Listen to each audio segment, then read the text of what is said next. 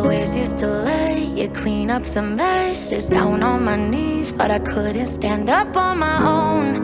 Turns out sometimes you're stronger alone. My name is Israel Cunningham. I'm 38 years. I was one of Jehovah's Witnesses, and I am shunned. All right, Israel. So how'd you come to be one of Jehovah's Witnesses in the first place? Generational family, like most. Third generation on my mother's side, fourth generation on my father's side. On my dad's side, I guess my great-grandmother, she was, both of them were witnesses. So it's really fourth generation on both sides. Wow. I don't know too much of their history as far as of being a witness. I guess my grandfather on my dad's side, his mother, she got baptized late in life. She smoked a lot, but I think she was in her 70s when she got baptized. My grandmother's mother on my dad's side, she was a faithful witness for many years. I don't know too much of her story. She had dementia when I was younger, so I really never got to meet her. And then on my mother's side, her mother was a witness, and she was a witness. So, yep, multi-generational, both sides. Oh, not everybody has that much depth in their family. So, was the majority of your family, your broader family, aunts, uncles, things like that, assuming that you have any, was there a much larger family around you of witnesses as well? I don't have a huge family on either side, but yeah, I'm on my dad's side. His only sister is a witness, her kids, husband. On my mother's side, it's really just her and her mother. Her sister was disfellowshipped at a young age and had some mental problems, schizophrenia and so on. So yeah, she's still alive, but I'm not close to her. I don't know her that well. Sure. That's tough. So a mix on both sides. Okay. So for you then, this is all you ever knew, right? You were just born in, and it was in a way you went? Basically, yeah. Okay. My first memories are, core memories at that age, you really don't know what's a memory and what's just you've been told or something you created in your mind from a picture. But yeah, my first memories, a lot of them are related to the organization, whether it's being a witness at meetings or in service, spending time, doing things like that, study. But I have other memories as well. So it's a mix, but yep, it's all I've ever known. Okay. So, being all you've ever known, what did it mean to you as a little kid growing up? Was it give you a particular worldview or make you see yourself or the world around you a certain way? When it's all you ever know, it's really your only view. So I know there's certain memories that you have. It's pretty normal. My dad wasn't an elder my first few years of life, so there wasn't too much that was abnormal until I was probably 5 or 6. Everything in a witness family, especially when it's multi-generational, there was probably abuse and standards that were set for them that's, set on you as well. And it seems like it gets worse with each generation. So being fourth on my dad's side, everything was taken to the extreme, even with its, whatever you do in life at a young age, whether it's punishments or things of that nature, it's just not normal, but it's normal to you. So your worldview is in that bubble, and things that you're told that you do in your life are exactly how you think they're supposed to be, I guess. So, so it sounds like you were from a very strict, perhaps a strict witness family, very dogmatic and rigid. Is that like where you all, your dad was an elder, and the way you're framing this was, were you all a very by the book family, so to speak? We were. I know it's hard being a parent. I'm a parent myself, so I don't want to overjudge. There's certain situations, it's a learning experience. I owe a lot to my parents. They did give up a lot. We were not wealthy at all. We grew up not in poverty, but they gave up a lot. They never put themselves first in that way, at least materially. So we had everything we needed. But by the work, I guess by the org standard, the rules were set in a way that did teach us fear. It led to a lot of issues later in life. I guess some of the early memories that I do have are just random things. Like with every rule, it was just taken to the extreme, whether it's what you eat, how you eat, I think I was 5.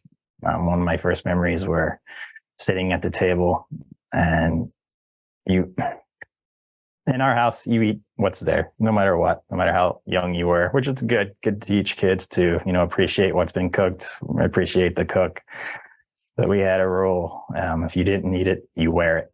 So if there was green peas, I remember, and I couldn't get them down. I was outside a few minutes later, and it's like dumped on your head. It's smushed into your hair, into your face. You're throwing up at the same time. Things like there was a lot of discipline, physical discipline, but even in things outside that, like, when you get put in a corner, it was for hours sometimes. So you would go there, even at a young age. They were just at another level, I guess. So you start at that age, but it wasn't as bad the first few years, even though I remember some of those things. It really wasn't until my dad was appointed an elder that things got more difficult on us. Oh, that's an interesting statement. It wasn't until your dad got appointed an elder that things kind of ramped up. Yeah. So how old were you when he was appointed? You say like 5, 6, somewhere in there? I think I was 6. I'm 38 now, so it's hard to remember that far back. Yeah, it's been a minute. It wasn't something I remembered the announcement or anything of that nature, but yeah. Well, so I guess, so you mentioned fear earlier. Was the fear more about the consequences in the home for actions? I mean, I think we can all agree that if you don't eat it, you wear it, and having things smushed on you and stuff is definitely an extreme reaction to that. But so I can understand why like that would spark fear. But I mean, were you afraid of things like, were you afraid of Armageddon? Were you, afraid of demons? Witnesses, fear is so prevalent in a lot of the beliefs in the doctrines. Was there a lot of fear there, or fear of the world around? Yeah, definitely. I was thinking of a memory I had when I was younger. You get weird fears of weird things. I remember back in service when I was a younger kid, I couldn't look at churches.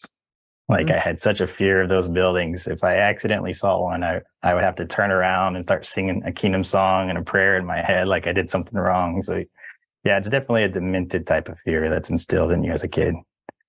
It's not a normal way of looking at things, I guess. No, and I love that you said that, because just the way you would turn around and sing this kingdom song or whatever. It's funny because Jehovah's Witnesses act like they're not superstitious, but they're very superstitious. Like if something happens, they think they can just call out Jehovah, Jehovah, Jehovah, and like something will happen, or you having to like balance the fact that you had looked at a church by singing a kingdom song. There's almost like a superstitious element to that. And that's not, Jehovah's Witnesses purport to not believe in any of that kind of stuff or luck or things like that, but yet they really kind of do. They do. Yep. It's very true. Yeah. We were that perfect family though. I mean, we by witness standards. So we just took everything a little above and beyond everything else, I guess, even what's normal and the organization. Well, and so then I guess what you're saying in the perfection was this fear of ever making a mistake or a perceived mistake, a sin. Because I mean, like, there's nothing wrong with looking at a church, right? But you're just going above and beyond, like you said, taking it to the next level, trying to be super righteous. Yeah. I think a lot of it has to do with how your mind processes things at a young age. When you see those pictures, that's all you hear. That's all you see is destruction and thinking you're different than everyone else. So it does definitely warp your mind. And I think we're pretty close to the same age. So it seems like the 80s and 90s 45. kids. I don't Yeah, know. okay. Yeah, I'm 38. So Yeah.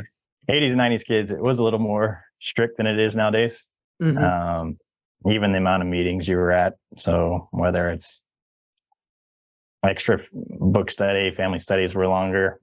If your dad was an elder, it's after meetings for a few hours. So it's just just a worldview. You're just surrounded by it 24/7 pretty much. Well, my dad was an elder. There were very few home studies. It was we would family studies. We would do the watchtower maybe Yeah. if he remembered. Usually if I wanted to go out and do something, suddenly he would decide that we needed to study the watchtower for an hour. Of him yelling at people and being mad and nobody doing it right according to him. So it was a pretty miserable experience. But you're talking, so did you say a couple hours worth of study like after the meetings? Not after meetings. After meetings was usually, we lived a good distance from the Kingdom Hall. So it seemed like there was an elders meeting every Thursday. So we would be stuck there for like 2 hours, until Oh, now I 11:30 remember after that. meetings. Yes. Yeah. No, the family studies were long.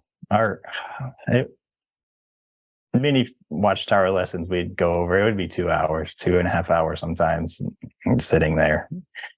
But that was just the way it was. Sure. Well, everybody had their Long time. differences. I mean, my wife's family studied, like they'd study a little something, I think, pretty much every day.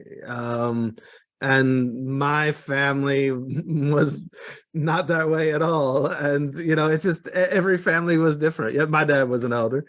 So let's get to that. What was your family like as far as the meetings and stuff went? Like, were you all at the Kingdom Hall? Were you all the family that was like literally always at every meeting, automatically everyone knew you would be there, you were commenting, you were giving talks? Like, is that the kind of family that you all were?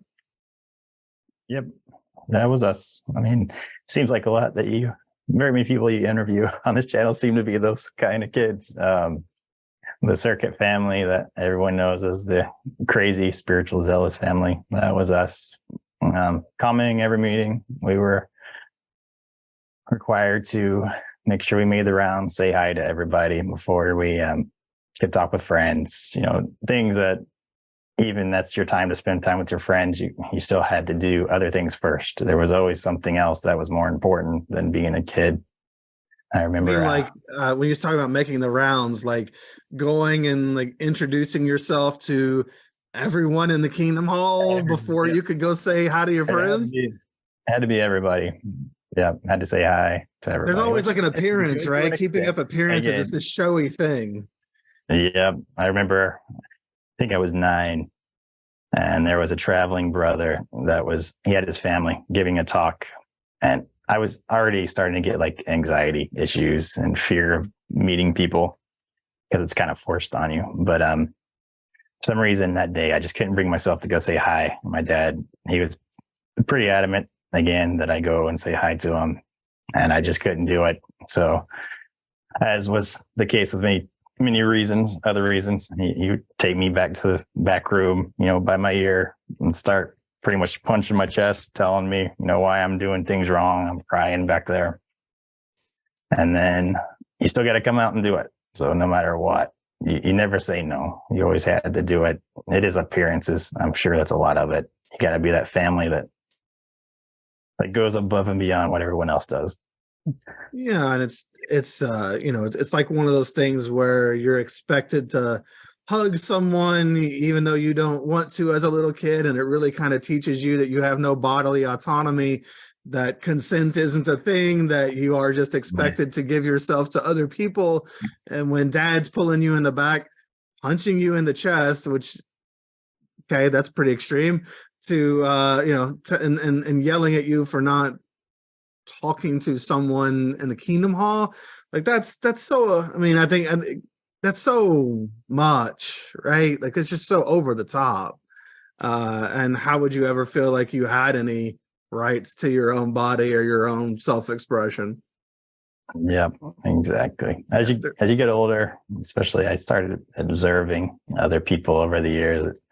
There is an issue of parents living through their kids, or it's almost like a spiritual Munchausen syndrome where parents will push their kids and abuse them in a way to get that recognition for themselves. I see it more as you start to look around. I guess you kind of see that as an issue inside the organization.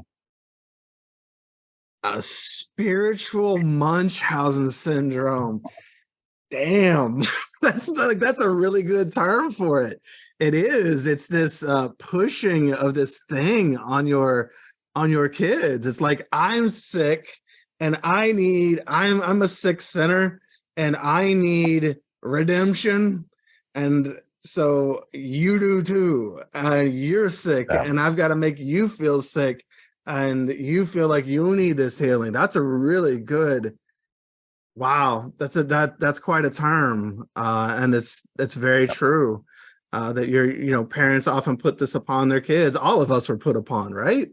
Again, there's not necessarily a malicious intent, but it's not healthy.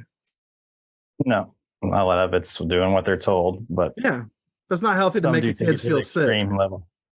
Yeah, exactly. Yeah. Um, Wow.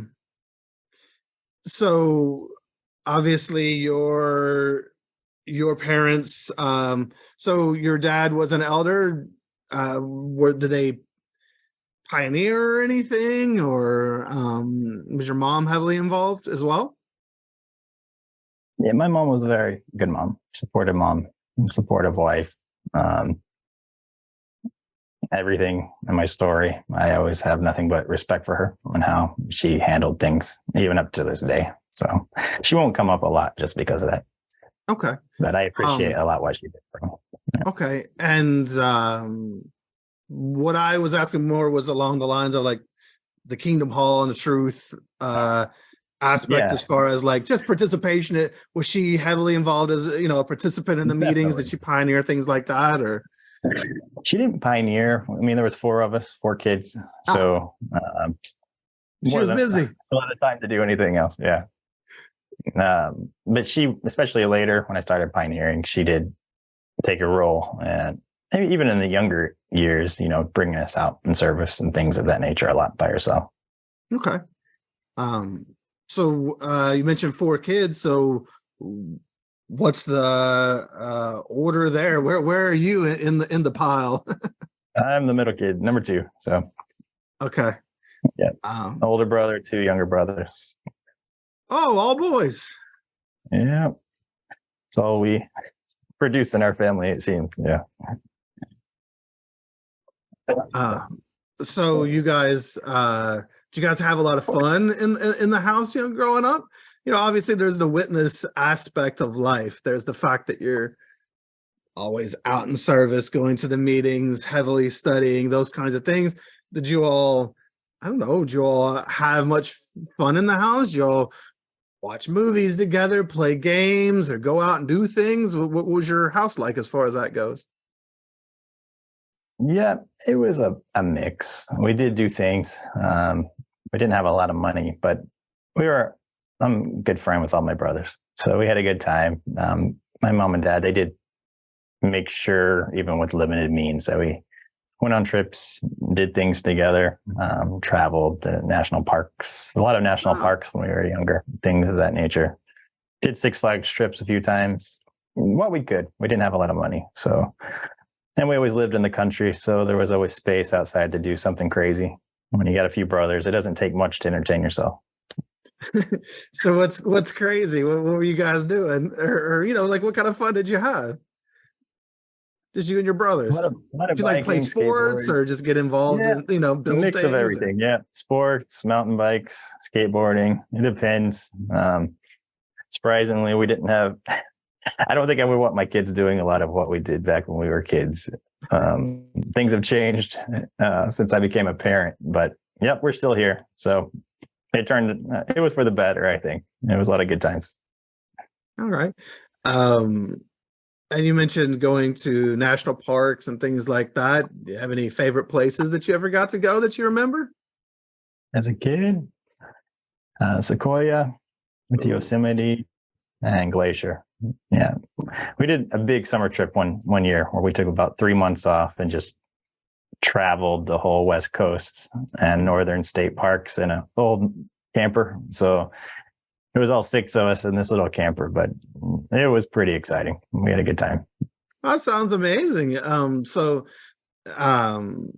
Not to put a damper on it, but I mean, I would assume if your dad like was super serious about the truth, so to speak. I know. Were you all attending meetings on that trip? Were you all going to congregations and meeting new people along the way? I still haven't processed how that worked out. So I know we did go to the meeting. Some we weren't at every meeting because in the state parks, national parks, there's really nowhere to go. So how we pulled off that for about 2 months and justified it, I'm not sure, but I'm not complaining. No, and maybe it was one of the better times of your childhood. I don't know. It sounds like an amazing trip. It was a good time for sure. So did you have many friends in the Kingdom Hall? Did you get along with people? We did. There was always a few kids that we could be friends with. I went to public school until 5th grade, middle 5th grade, and I started homeschooling. So it was a mix until that age. I mean, we could never have other kids over, worldly kids, but I had some kids in school that I was friends with. And then there was always a few. They did try to keep us engaged with other kids growing up. I mean, some of the rules in our house were pretty embarrassing when other kids were over. So you would always have that pressure of, sorry, we got to do this. You internally know things aren't normal. And when other kids feel uncomfortable, but they dealt with it. We stayed outside. We had fun. Sure. So probably very conservative rules. So like what kind of rules were different in your family?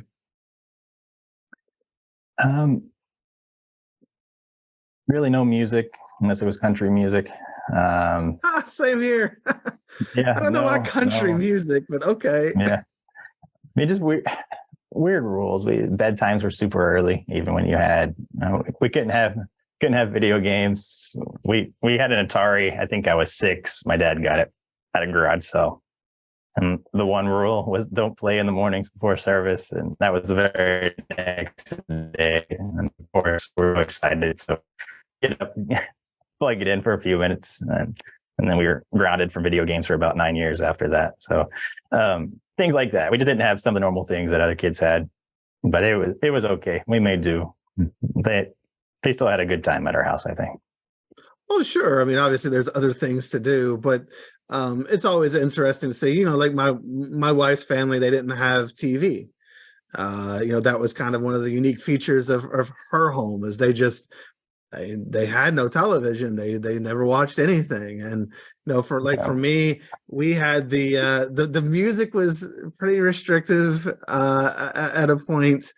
Not that I didn't sneak and listen to other things, but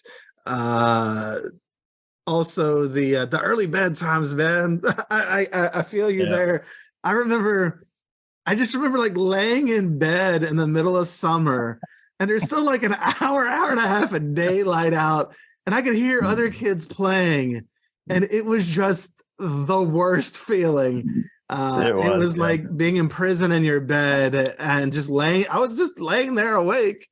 But my parents are always happy to have me off to bed and not around. So, yeah, I mean, some of it's understandable, but yeah, there were certain times, even in my teen years, 14 or 15, and you'd have a friend over and have like an 8 o'clock bedtime and it's so embarrassing. The other kids are so confused, like what's going on at your house, but it is what it is. Of all the things, it's not that big a deal. Yeah. Getting put better. Well, for sure, there's worse things than that, but I mean, it certainly does. I think all the things we're talking about, and it's very normal. there's an element of control when it comes to parenting in the organization that often goes a little bit above and beyond, right? I mean, certainly punching kids in the chest for not talking to people, smashing food on their head. These are not things that dignify children or that make them feel good. And so, Jehovah's Witnesses, again, are about appearances, and there's a lot more control expressed sometimes than there is love. And they mistake or conflate the two. But just, loving your kids for who they are and allowing them to grow somewhat free is and to express themselves is a healthy environment for children. Restricting and restraining and crushing them is not the way to raise healthy, happy, well-adjusted children. Agreed. Sometimes that's my problem nowadays as a dad, is to not let it go to the other extreme. Because when you're raised like that, when you overthink things, we'll get into that later. But yeah, it's hard. It's hard to find a balance when you were raised in a super over strict way when you were younger, and you don't want to raise your kids in that way. It's hard not to go the other way too and find a balance. Sure, absolutely. I could totally understand. So are there any stories from your childhood or anything that you'd like to share? Anything that you brought? I was going to ask how things kind of progressed as you went into your teenage years. I don't know when you got baptized, things like that. Sure. Big moments. I think I was 9 when I was taken out of school. So I started homeschooling, and that kind of progressed the indoctrination to an extreme level. Half of our studies at home were witness publications. So it turns into studying, even at a young age, Proclaimer's book and Insight book and write-ups on the reasoning of the scriptures, things of that nature, where you're spending hours in the afternoon reading through these books and writing reports on them. So it really did just push you further, even at a young age. You have questions. I was trying to think of my earliest questions or doubts. You can go back even to the Bible story book. You push those down, but I remember thinking of stories like Cain and Abel. Where did they learn to farm and to shepherd? I always had conscience issues with That's a really Abraham good question. Yeah. Then the story of Babel, or the tower, why was that so wrong? And today we have such big buildings. Why are we in space? These little things, even a little kid's mind, you start thinking these things. What are some other ones? The manna. I always thought, even at a young age, I'd probably have the same issues with manna on the ground as the Israelites did. And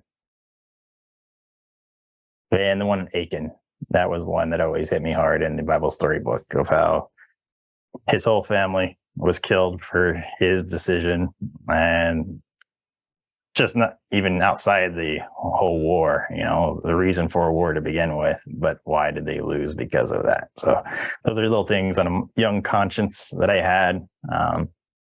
But you push those down, you kind of forget them.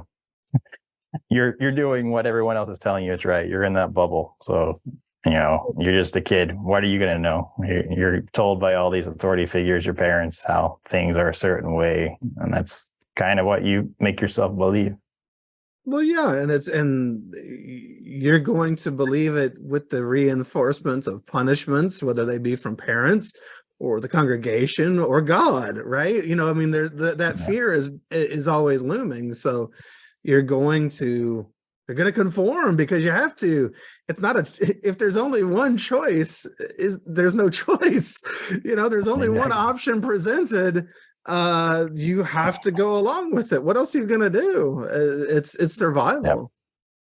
Yep, it is. And it even goes against your conscience, though. We had our own little consciences, and there were things that you would read, it's not right, but you just fight it. You tell yourself that you just don't know what you're talking about, I guess, because other people around you are believing it to be true or believing it to be the right way. So you're taught one thing, to develop a conscience, things contradict it in your beliefs. And then somehow you have this internal battle on why that's the case. Why has it happened like that?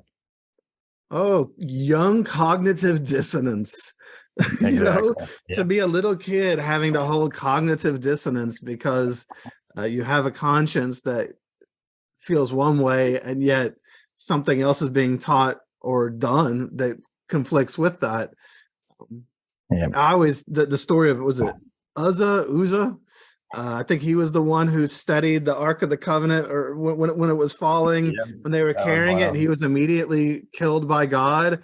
I just like there was no way to make it make sense. I know they said that I don't know, Jehovah read his heart and somehow he was doing it like for personal glory. But I know myself, if I'm carrying something that starts to fall, I just immediately reach for it. It's a reflex. I'm just trying to prevent something from falling. It's not anything more than that. You really have to read in and want it to be something in order to create all of that. Otherwise, it just kind of seems nonsensical and destructive to kill this man. It does. It falls apart so quick. I mean, how many times have we left magazines or delivered magazines about how God is caring or doesn't punish others for the sins of someone else? And then you start reading those accounts. You're like, am I reading the same book as everyone else? I mean, where are they coming to this conclusion? But people just puppet what everyone else does. I mean, it's just a group hive culture. Yeah. Well, we have free will, but Jehovah hardened the heart of the Pharaoh. Well, that's not free will, man. Like, you can't harden his heart and then say he has free will. So there's just a lot of things that don't.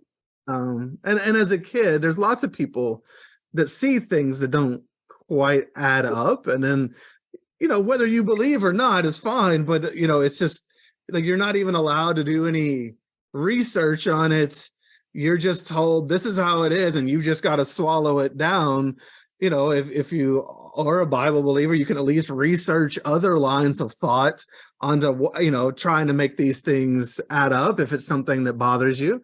Whereas with Jehovah's Witnesses, you're given one set of beliefs and one set of thoughts on it, and you are to swallow that down. Yep, exactly. Yeah. And if there is something written on it, it's whitewashed and changed to how the thing actually is or what is written. So sure.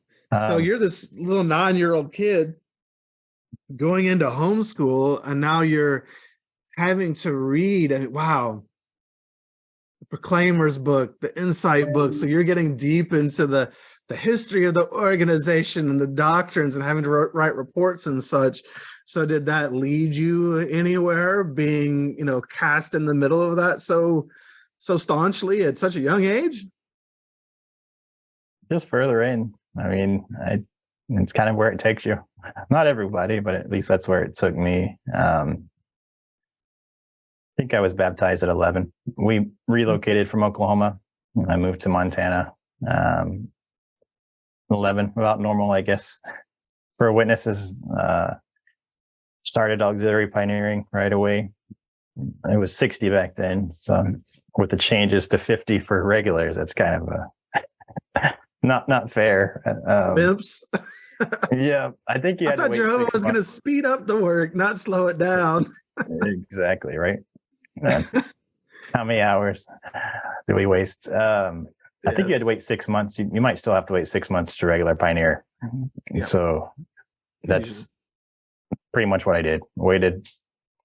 I think I just turned 12 a few days before I started pioneering. So it was 90 hours.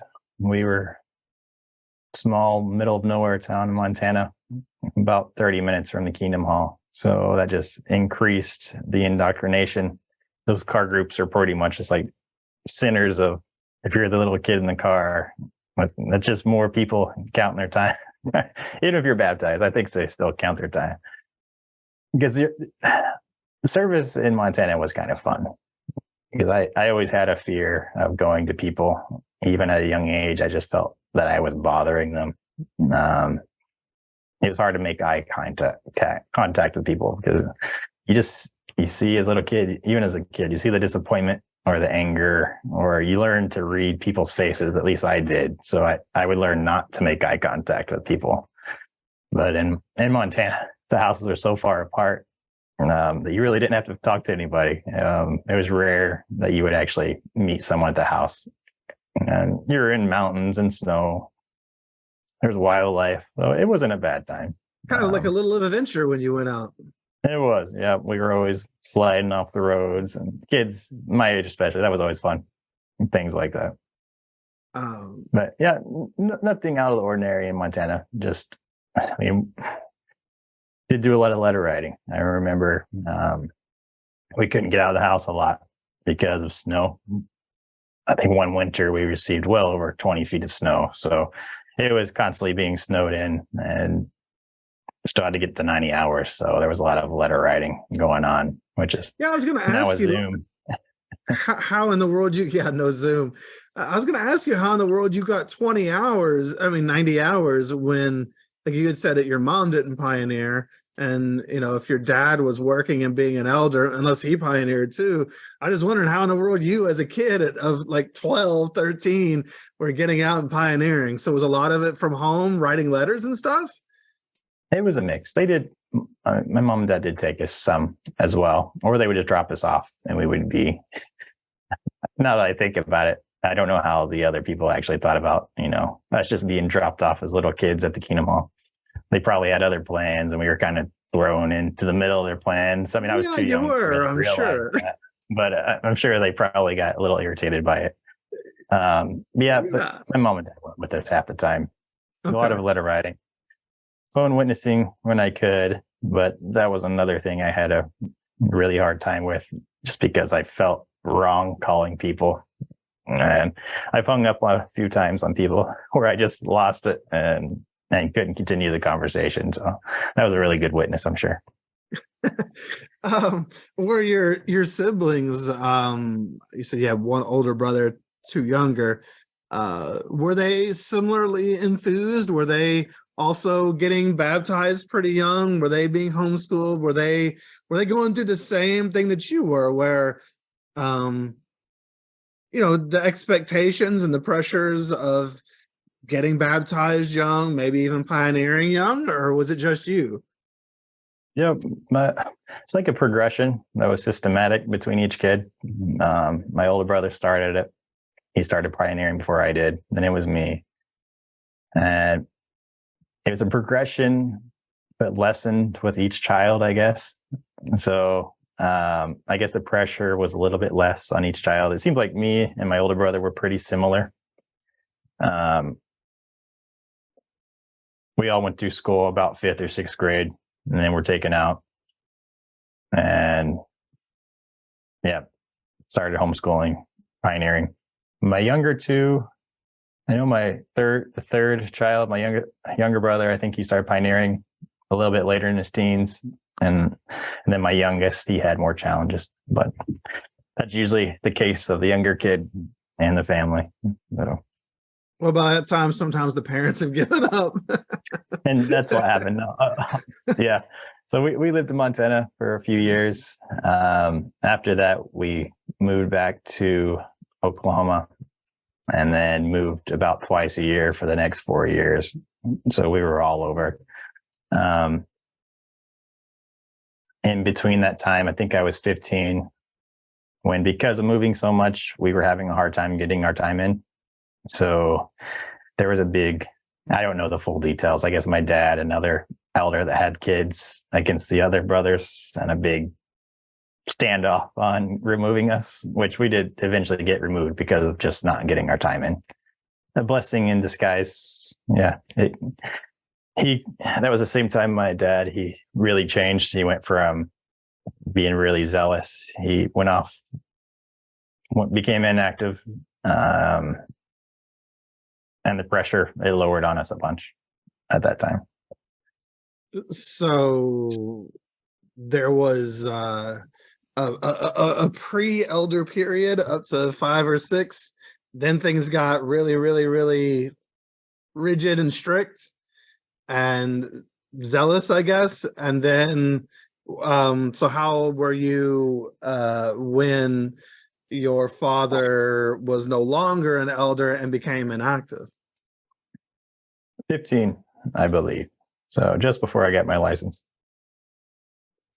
Um, Yep. and I mean, by that time, you kids were taught to be rather active and zealous. So that must have come as a shock to you guys. I mean, did he just like, did all of you maybe stop going to the meetings so much, or were you all still regular at the meetings and everything? Or was your mom maybe taking a leading role as far as getting you out? Yeah. Yep. No, we were well indoctrinated enough where it didn't really affect us. And my mom took the role. So we were still that family that just without the craziness. We became a more normal family after that, for sure. Was it hard for you? Just a question, just because you said you guys were moving like every 2 years or whatever. Was there a reason? Like, was your dad's work? Was he going where the work was or something? Or were you all like, sometimes families just maybe don't fit in the Kingdom Hall anymore, or there's some sort of a blowout and they move? Like, what was it for you guys? I think it was a mix of work, but yeah, I haven't put too much thought into it recently. But yeah, a lot of it was not finding the congregation. It's funny how many different congregations you got to go to find the one that mentally you think is good for you. They're so different. And I don't think you ever really do. And depending on your personality, I mean, you can, but when you move that much, you never really gel completely unless you just find that one lucky congregation that seems to be good for your family or your parents think is good for your family. So that's usually what it is, trying to find the one for your kids. And I think that's what my mom wanted to do. Allow me to break in here for a second. This channel is made possible by you, the listener.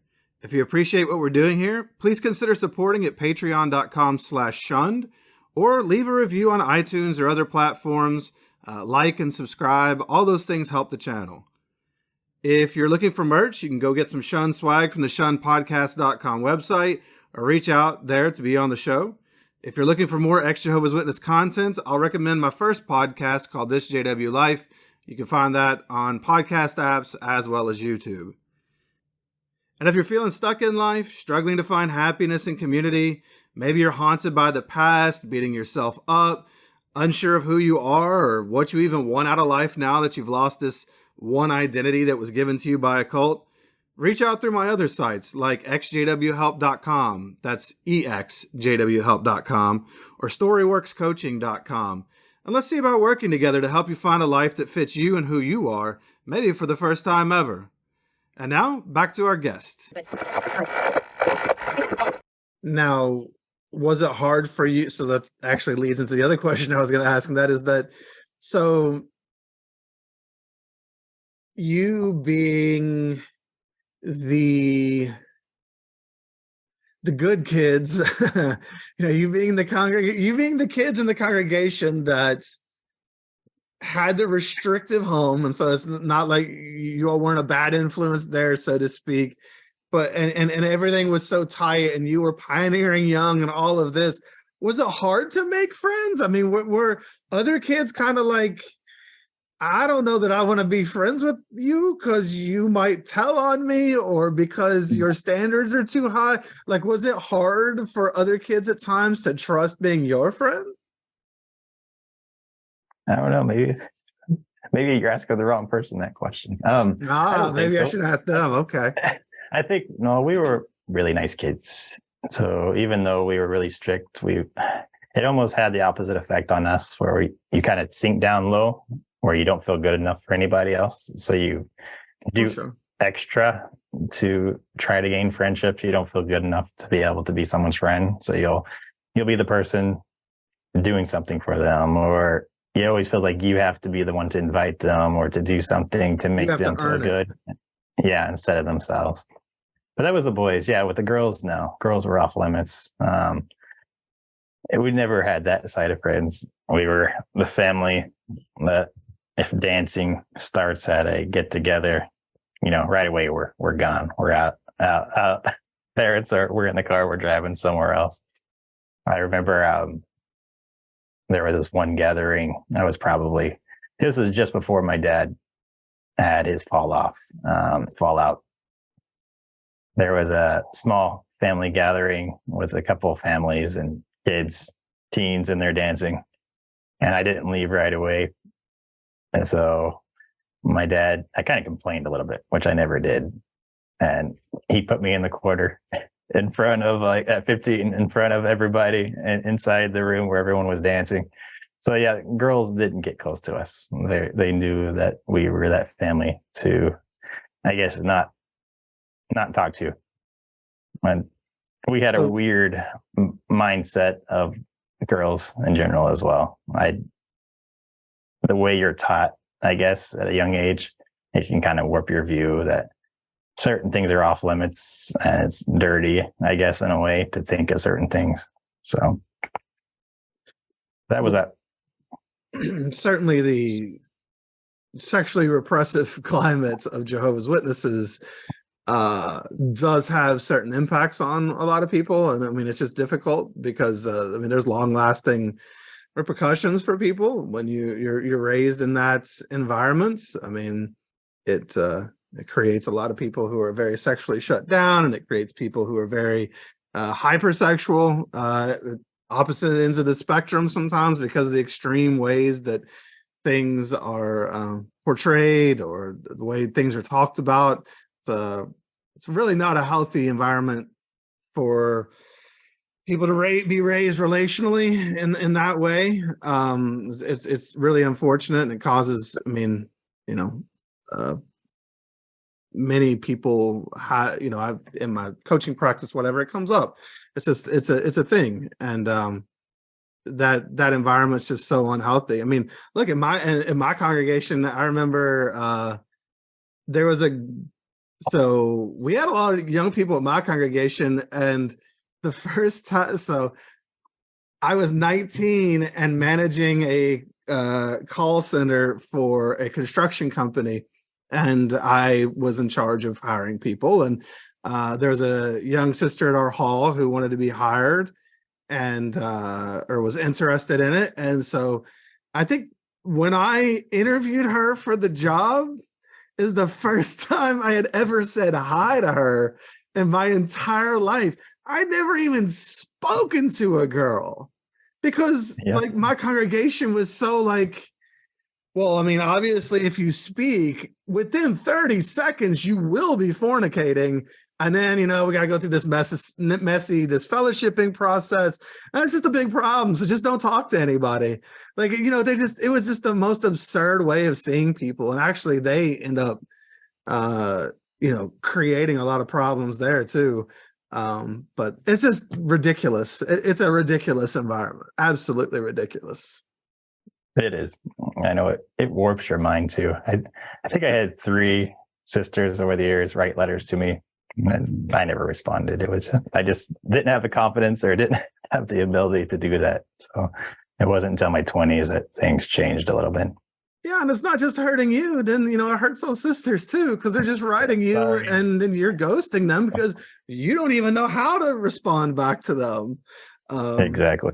There's a lot of talk about just like missing cues, like if someone's flirting with you or something and having no clue what that looks like because we never saw it in the congregation. So somebody's flirting with you or somebody's interested, and you may have absolutely no idea that they're doing that because it's just so foreign. It's such a foreign concept growing up with this. And we could talk about that all day, but it's we were such awkward kids, weren't we? Sometimes my brain would wake me up in the middle of the night 30 years later, 20 years later, just to remind me of some of these things. Good time. Well, so so then you're now in this congregation. Your dad is starting to become inactive. Your mom and you kids are taking the more active role.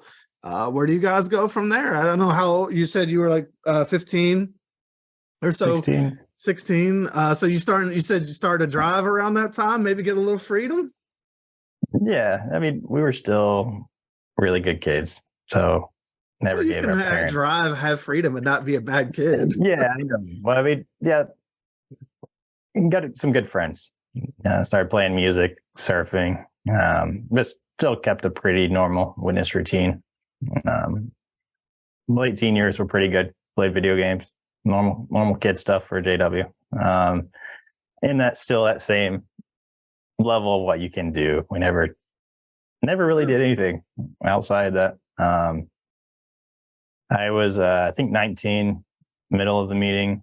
A brother came and got me, took me back to the back room. There were 3 elders there, and they asked if there was anything that would prevent me from being MS. And so I'm like, no, not really. Nothing I could think of. They're like, all right, we're going to announce you and the local announcements a few minutes later. So I was appointed MS at 19. That kept me busy for that year. First year, especially. It only lasted a year. First time I ever got into trouble. And it's still something I'm in disagreement with. I was with a younger brother and a friend. We went out to California with some other friends, went down to Mexico, a little camping surf trip. Had, some Mexican beer, some tacos, just us, no girls, nothing else, just us sitting around, friends all day surfing. I had, I think, 5 or 6 beers that day, Mexican beer, so nothing strong, nothing out of the ordinary at all. Came back out in service. That was just a normal conversation, about our trip. Was called into a judicial meeting for that. So they called us in. 2 of the 3 brothers decided to remove me as MS, which, again, looking back, another blessing in disguise, because it kind of got me off of that wheel, the hamster wheel. But also, as I get older, I realize that probably 95% of anyone with a privilege in an organization would not have those privileges if they were removed for the same reasons that I was removed for. So you were removed because you were 19 drinking? Is that what it was? No, I was in Mexico, so it was legal down there. I was 20, at that time. Oh, okay. So it was just because they thought I drank too much. I guess they had in their mind. How can they think you drank too much? Like, did someone say you drank too much? Like, how could they? They were just part of a conversation in service. I think my younger brother that was with me, he had with another pioneer couple, and they didn't like the fact that we had beers in Mexico, I guess. So they were offended by it. And they were really good friends with the presiding overseer at that time. Mm-hmm. And that he was the one that kind of spearheaded that JC. But there would have to be someone who witnessed you drink too much and being drunk. You can't just make that up. I was honest. I told him, I had some beers. We had a good time. I'm like, but if you brothers fell, that, it was not a good thing to do. I'm perfectly okay with you. It was pretty much their conscience, what they felt was right. I don't think he drank at all. That's not how that works, Israel.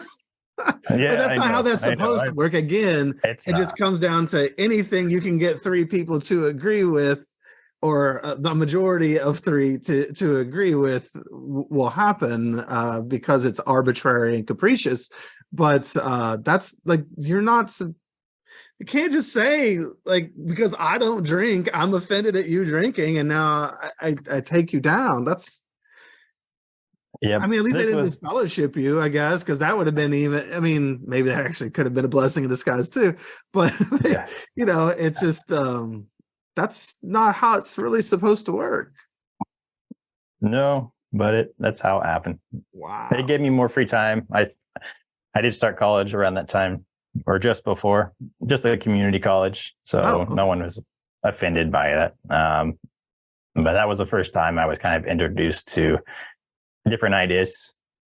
I took psychology, anatomy, physiology, molecular biology, things that these opinions and things in classes that you don't get homeschooled, and homeschooling, it was pretty much just me teaching myself, reading a book, giving a book. There was no computers back then. Oh, there was. We didn't have them. So it's, here's a book, read it, teach yourself everything.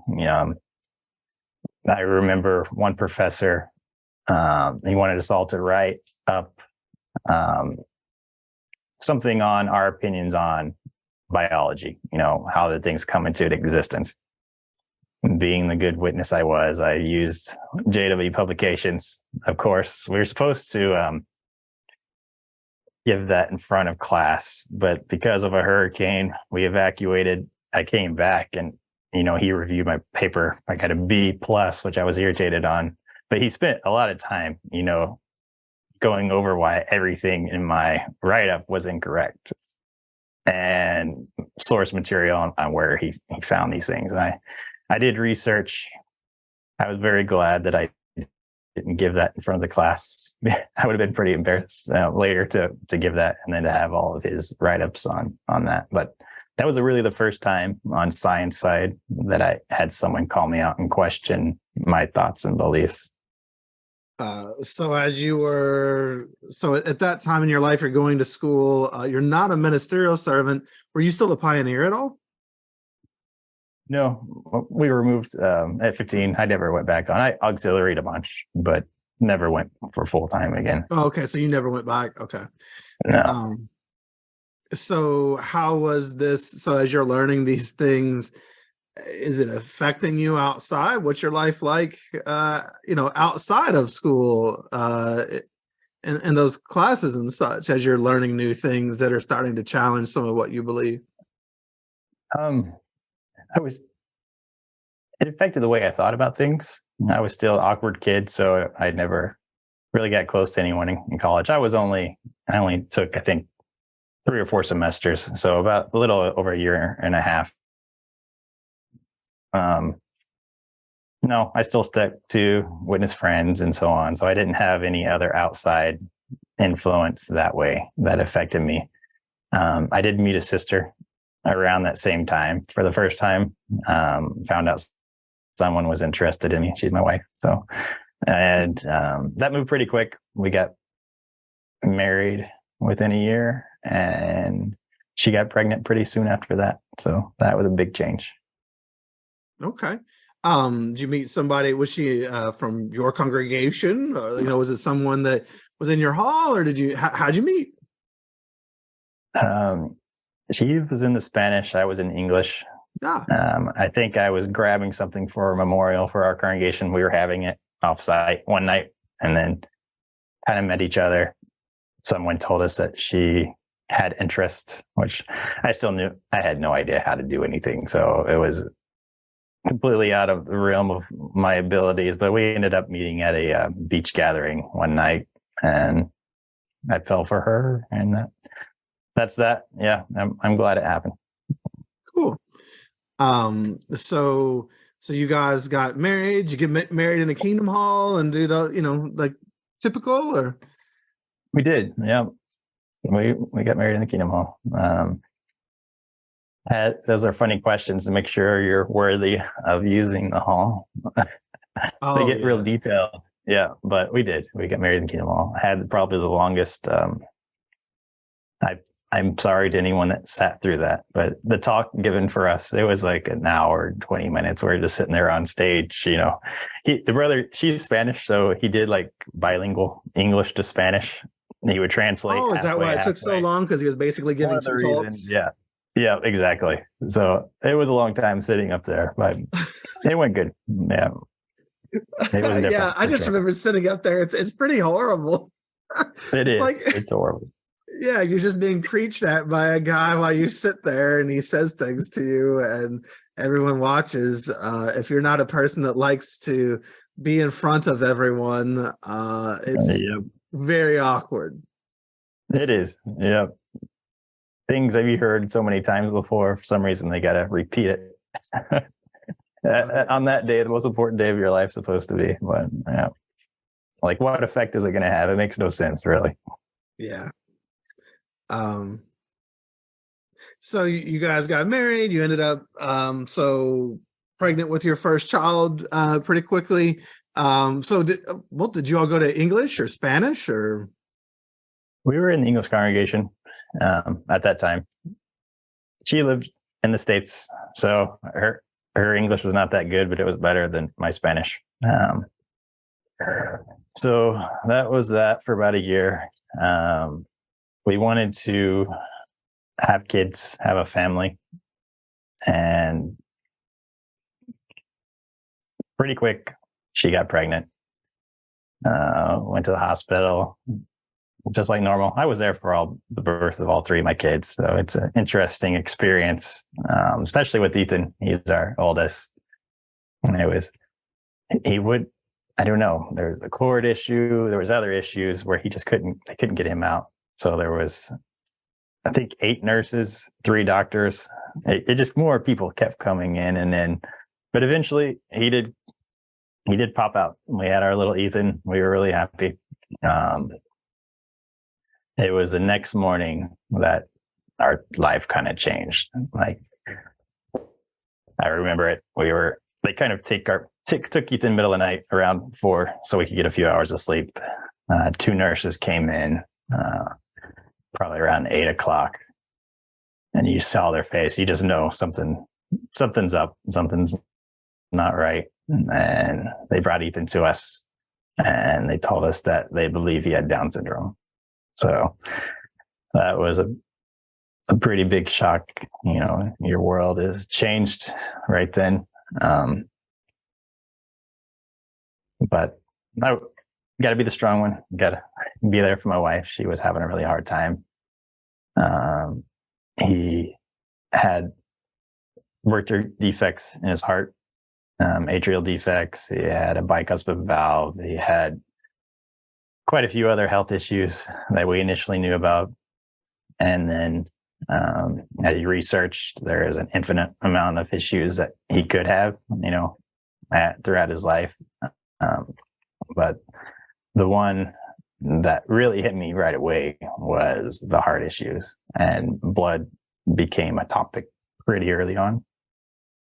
And that was the first time that I ever felt that I would be responsible for someone else, you know, based on a doctrinal issue. And it took no time in my mind mentally to decide that, yeah, if he needed blood, I would give it to him. So I kind of kept that internally, but I knew there would be no way that I wouldn't put myself first, you know, over his life. I never understood that, you know, how witnesses can go say and do whatever they want, you know, in a selfish way. But when it comes to, you know, saving your child, how they can justify, you know, not making that sacrifice for themselves to save their kid. So that was the first time that I ever really felt, I don't know, an internal struggle like that. When you're talking about, I just want to make sure I'm understanding correctly. When you're talking about the sacrifice that they can make to save their kid, are you saying that, so it's striking to you that the witnesses are not willing to sacrifice their own life, their own eternal life, perhaps even to give their kid blood, if it means that their kid would get to live and potentially have that hope as well? Exactly. Yep. Especially when it wouldn't have to be the kid's choice, your kid's choice. Yeah. So it wouldn't hurt their faith, their prospects in the future, but they wouldn't die. So I've had a friend of a friend that made that decision with their baby, and their baby died because of that. It was the first time that I ever actually allowed myself to research outside of Watchtower publications. This was 2008, 2009. There wasn't a lot of resources like there are today. I mean, it's come a long ways in 15 years. But I did find a PDF copy of Crisis of a Conscience.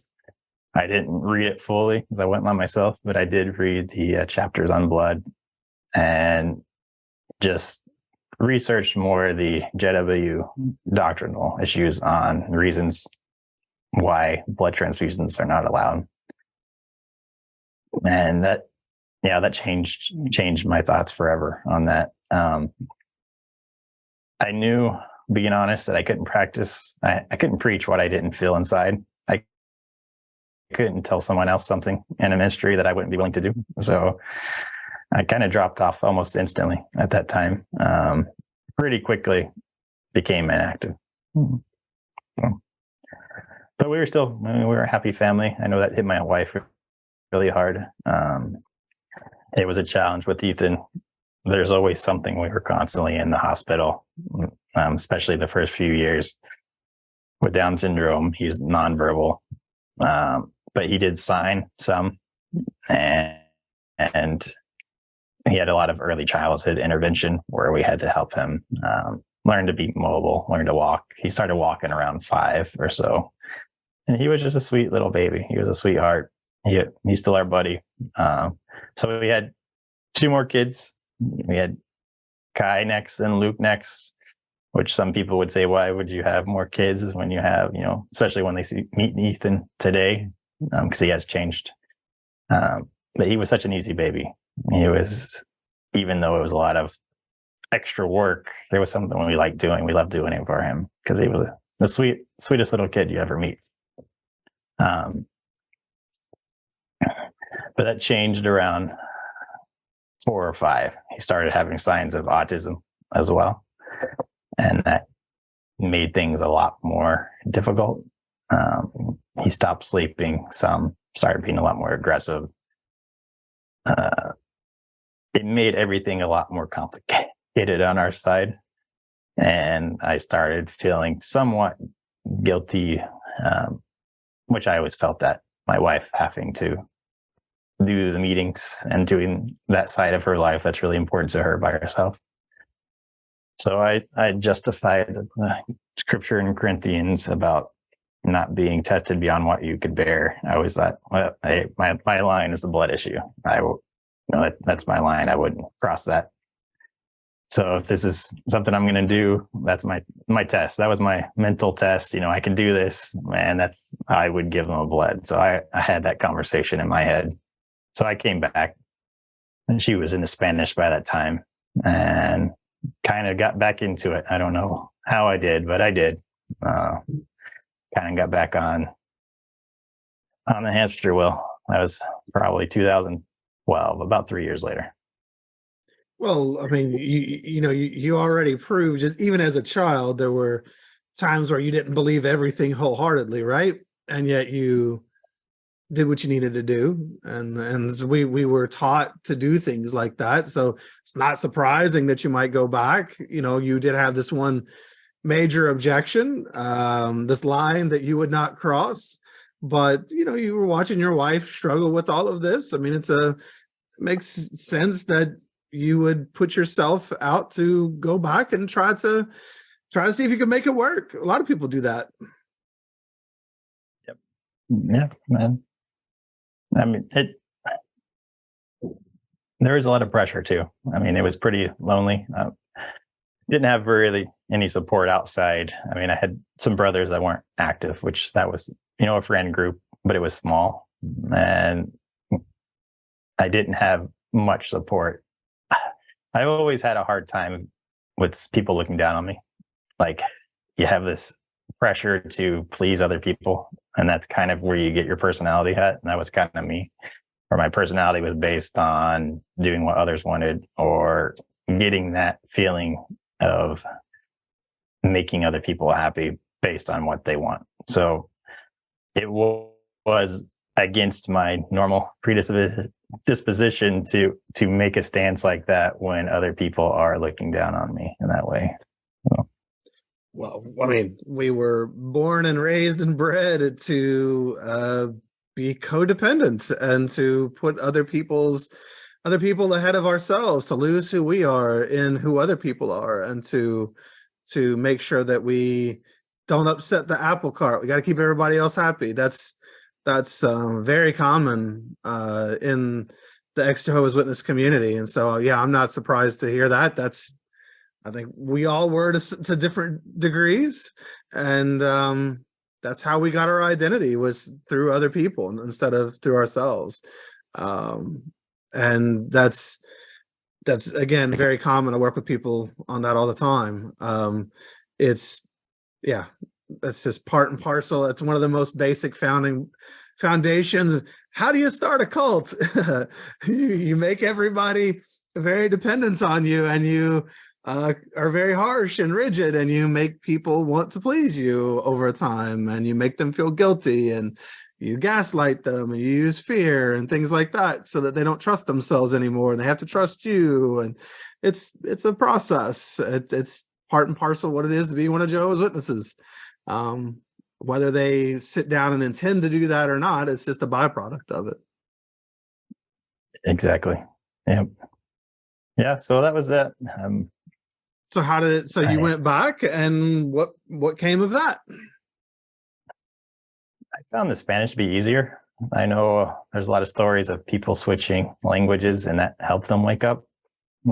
Partially, I was already having issues, but if it's in another language that I didn't really understand, I used it as a way to learn another language.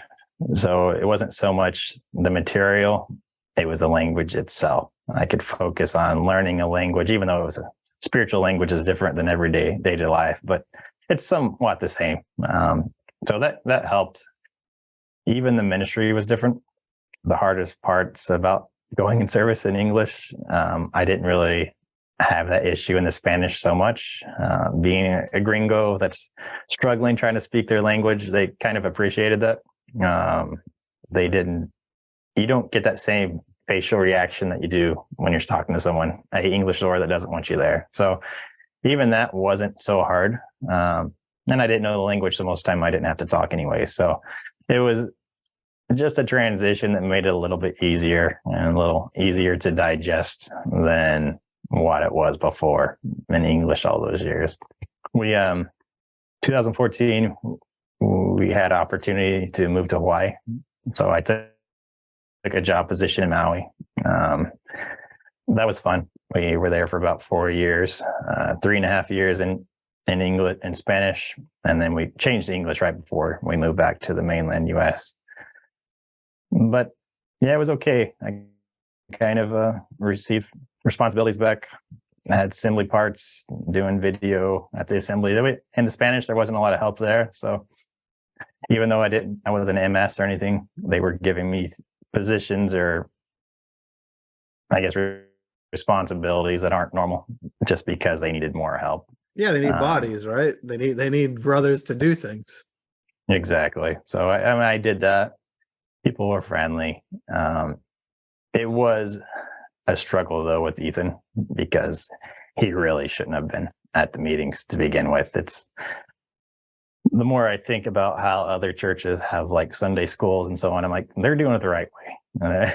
In a way, I mean, they're at least giving kids something to distract their minds, and I really think they're probably indoctrinating their kids better by doing it that way than sitting at a meeting that's boring and really geared towards adults. Maybe I'm wrong. I don't know. But yeah, with Ethan especially, he's nonverbal. He doesn't understand. He doesn't want to be there. So he's nonverbal, but he's really verbal. So he's very loud and he doesn't like sitting down. So it was a lot of just wrestling with him in the back room, which people in general aren't real good with understanding special needs kids. I mean, witnesses really aren't any different. There's a part of the community that know and will try. Maybe it's because they're nurses or doctors or they have experience with someone in their family. So there's really not much difference. So there'd be some that would try to support, but I always try to take things on myself. I don't like putting another person in that situation. I'd rather be the one battling than someone else. So, but sitting in the back, you get to really watch other people. You watch how everything is so zombie-like. It's just a repetition. You watch parents take their kids back to beat them in the bathrooms, things that happened to me as a kid that I don't agree with. And you watch how parents force kids to do things that are not normal, that they shouldn't be doing. So there was always that internal conflict and battle. Broadcasting started up around that same time.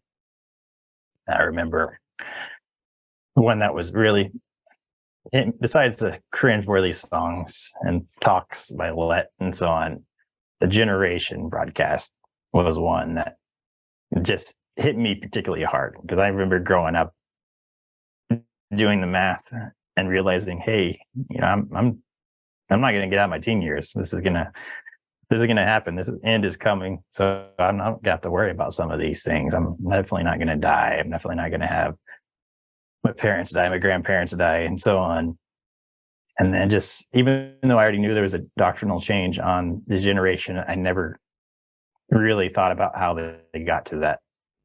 And when he was trying to go over that in the video, I would just sit there and I thought, this is ridiculous. This is the stupidest thing I've ever heard. Later that week, we went to a beach with an elder couple beach gathering. He was older than me. He was in the 40s. And I started going, kind of testing it and going over, the doctrinal change on the generation. It's interesting, right? Even though he's been an elder since, I think, 2005, he only came a witness in 2001. So he didn't know the prior understanding on the generation. It just showed how they can whitewash, completely change, given enough time. They can just do whatever they want. That's what happened with 1975 and all the things prior to that. Just people don't know, new generations. If you don't teach them, they're not going to understand how things were in the past. So that was difficult. Just watching the broadcast, that was the easy way to have family studies. So I would try to do anything like that possible, where I didn't have to come up with an idea.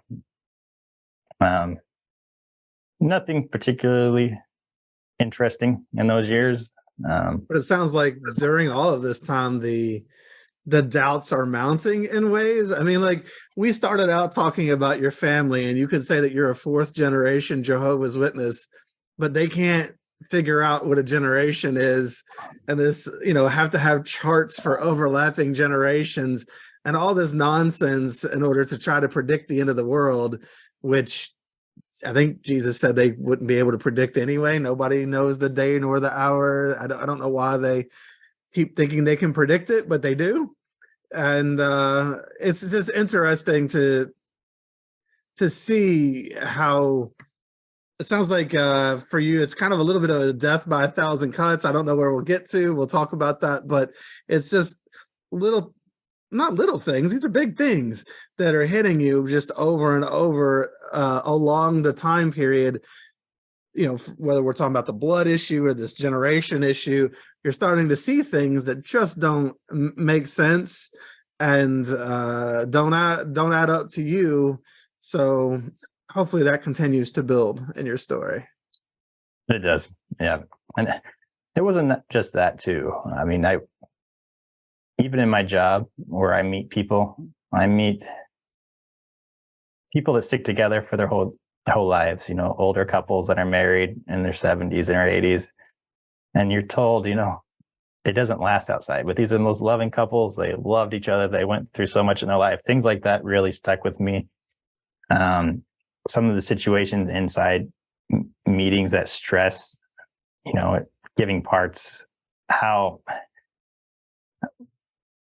even the way that some of the elders were, it brought the PTSD of how my dad was when I was younger. I remember doing the sound one night, and the mic carrier didn't show up. So I was probably 32, 33, something like that. And I just found the nearest brother that I could, because, you're on time crunch. This is back where we're already doing the video and switching back and forth. And plus it's in Spanish. So I really had to pay attention to understand what's going on, or I get lost completely. So I found a brother, handed him like, hey, could you run this? I just remember one of the elders came back and he was so mad. He was gritting his teeth. He's up in my face. Why did you ask him to run the mic? And I just looked down and I didn't know what to say. And this brother has always ran mic. I didn't know that there was some, I guess, reproval or something of that nature. And he said he demanded that I go take the mic from him and give it to someone else. And I couldn't do it. I said, brother, I can't do this. You gotta do something else. I can't take it from him. And they took me off sound for a little bit because of that. Just because I I don't know. It triggered something in me that just like a fear, and I just froze. Well, Because yeah, that's it's a horrible happened. thing to have to go confront somebody and be like, and well, they were asking you to go shame that brother by ripping the microphone from him and telling him to sit down and giving it to somebody else, right? And that's a horrible thing to have to do to somebody, yet the elders seem to have no problem doing it to you in that moment or in different moments, as far as they're going to take you from sound because you can't be the enforcer they want you to be in the moment. I mean, just how ridiculous is that? This is so nonsensical. There's no love in any of that. I think some of the brothers didn't like it also because they wanted to appoint me as MS again, and I always had Ethan as my excuse, which thank you, Ethan. Because and which some more reasonable brothers would understand, but some brothers don't like being turned down. If they offer something, they expect you to accept it. And it was always so stressful in those conversations, and they almost dislike you from then on. Sometimes I've thought about this, and I know other people have different opinions because of their own experiences, but I've seen examples of the hierarchy, the pyramids in the organization, and it's always GB up top, normal publisher on the bottom.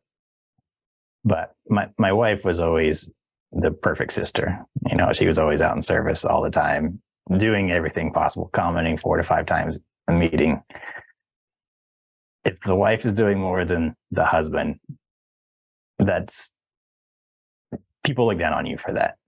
And so no matter what I was doing, giving my all, whether it's at work, you know, don't have any hobbies, don't do anything for myself, but it's work, taking care of the family, the kids, and then organizationally, anything I can as well as that goes. But it wasn't enough. You know, people still look down on you, especially if your wife is doing more than you, which there's reasons for that, but they don't see the reasons for that. There'd be a lot of times where I just didn't sleep. I would be up with Ethan, still do that. Some days he'll go 2 to 3 days where he doesn't sleep at all. Sometimes I think the record's been like 86 hours where he'll just be up straight. And when he's up, one of us are up as well. And he can go schizophrenic when he's like that. And he'll start seeing things and hearing things and screaming and just completely lose himself, which I'm doing that, but also having to take care of everything else. And people don't see that. So they have, I don't know, just this expectation of what you should be. And if it's not meeting their expectation, they automatically look down on you, even if things are outside of what they see inside the home. Yeah, there's no empathy. There's no ability to see other people inside the organization. There's just judgment. Yep. And it's not everybody. You know, there were some really nice people that did, but there's a lot of people that didn't. There's no difference. If I could say, there's really a higher case of people in an organization that do that than outside. I mean, there's always been people that have been really loving and really tried to support us or support me. But it was more that didn't do that than did do that. So it wasn't some type of perfect organization like they make it out to be. Oh, it's far from perfect. Yeah. But yeah, I mean, and I'm glad that there were some supportive individuals, but by and large, you know, Jehovah's Witnesses have a hard time understanding anybody outside of them.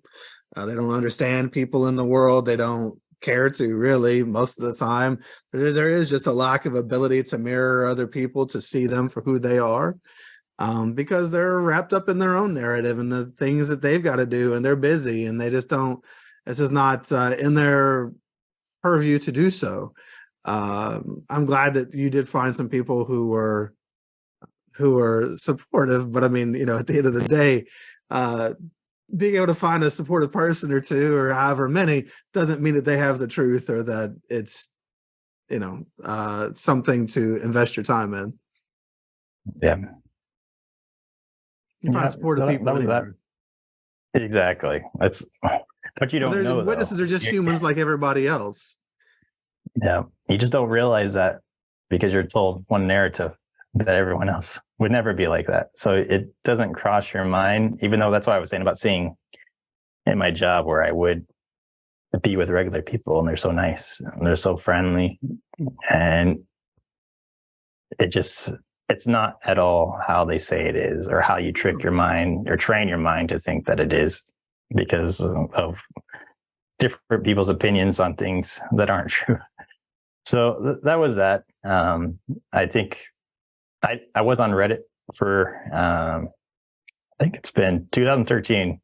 I never joined the ex-JW community. I didn't even know existed, but I loved surfing Reddit. There were certain things, whether it be like the atheism sub that would pop up or news. And every now and then Jehovah's Witnesses would come up.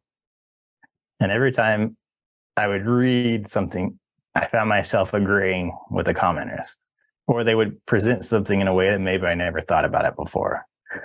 So there were always things that slowly, like you said, they did kind of change how I viewed things, a different perspective. We moved back to the English, then we moved to South Carolina, Puerto Rico, pretty rapidly in succession. Nothing really changed. There would be certain things that did get harder and harder. I never felt better after going to meetings. I always felt worse. And that narrative in the organization that you hear repeated over and over and over that, one meeting will solve your ills. You just got to come and one meeting will solve your ills, whether it's printed in videos or people commenting the same thing over and over and over. There's always someone that says that every few meetings, it seems like. First time I ever said something someone said that, and then I raised my hand and I said, that's not true. I said, there's a lot of issues, mental health issues and things that people suffer from that one meeting won't solve. It won't cure your ills from going to one meeting.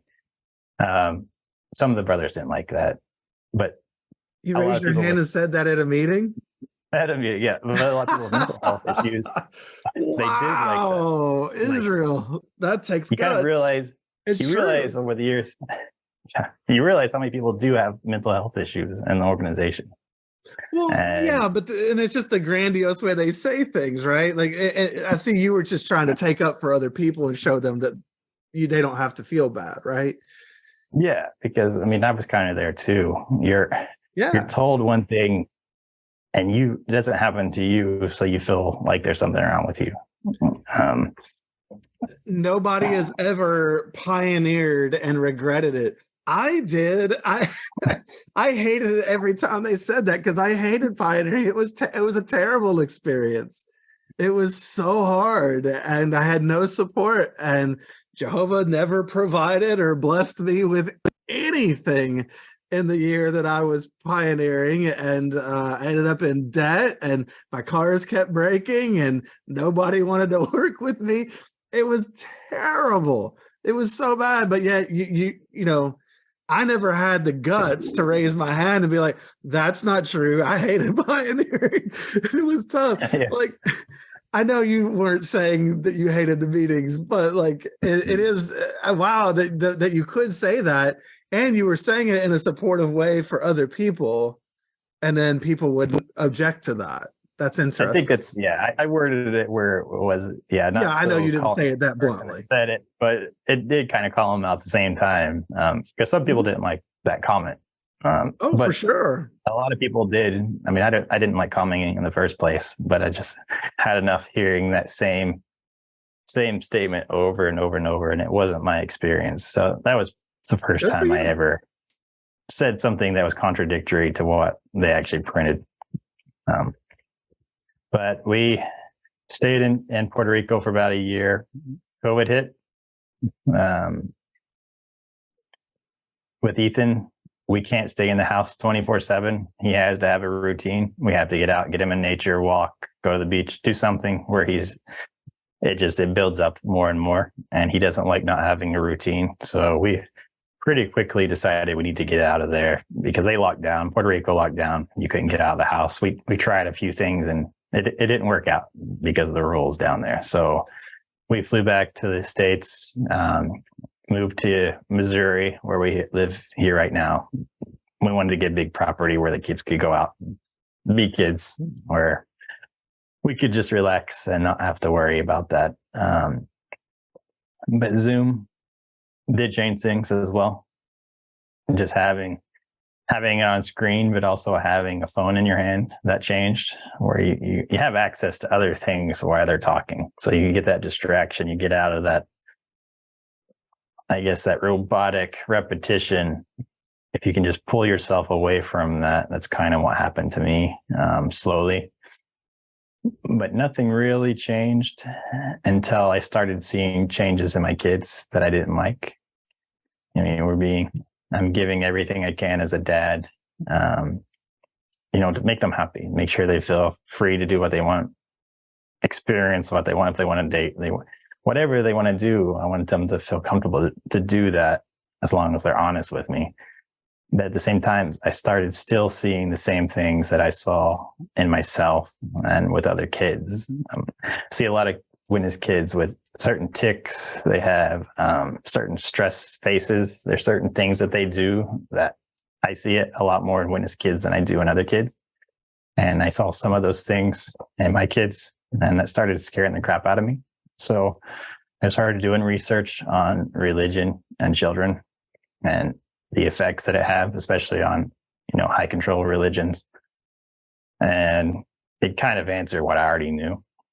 But one day I'm watching a video, which I never really watched anything that was directly associated with witnesses, until I think it was the Witnesses Four Corners video popped up in my feed. And I ended up watching that one, and that was the final straw, pretty much, seeing the sexual abuse issues, the CSA issues in the organization. So it's quick, 36 years of indoctrination. It can be collapsed in a few hours, a few days. It's crazy how much training from our brain, but once you finally give in to actually looking at the truth behind the truth, it falls apart so quick. I have to admit, right off the top of my head, I've watched, I think, every documentary about the witnesses that is out there. And so Four Corners was like the production company, I believe, or was that the channel that it was on? It was one I've watched so much since that time.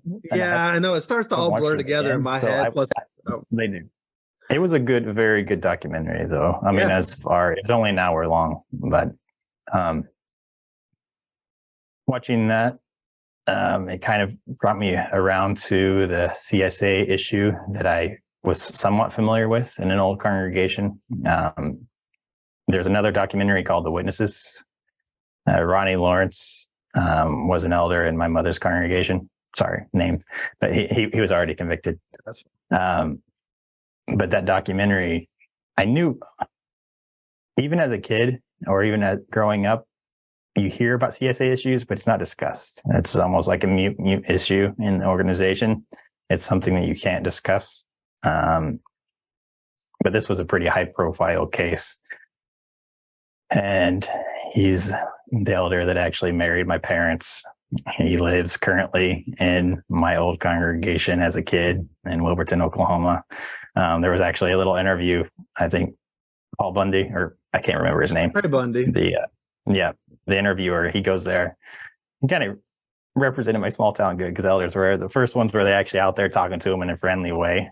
That's kind of how the people are around that area, but they're still, their minds still aren't correct. They still are in that cult mentality, but at least they did it in a nice way. But it was watching that, it was nothing like we were told, like we were informed. I mean, the poor lady that was my mom's friend, actually, when they were younger, even my mom doesn't know the circumstances, because it's muted. They can't. She felt more responsibility to go against the organization, justifiably. And once that happens, when witnesses cut you off, they completely turn their back on you, which that happened to her. And she's a sweet lady, so it shouldn't happen. So that was pretty much the final straw. Yeah, just the whole CSA issues, watching the ARC, watching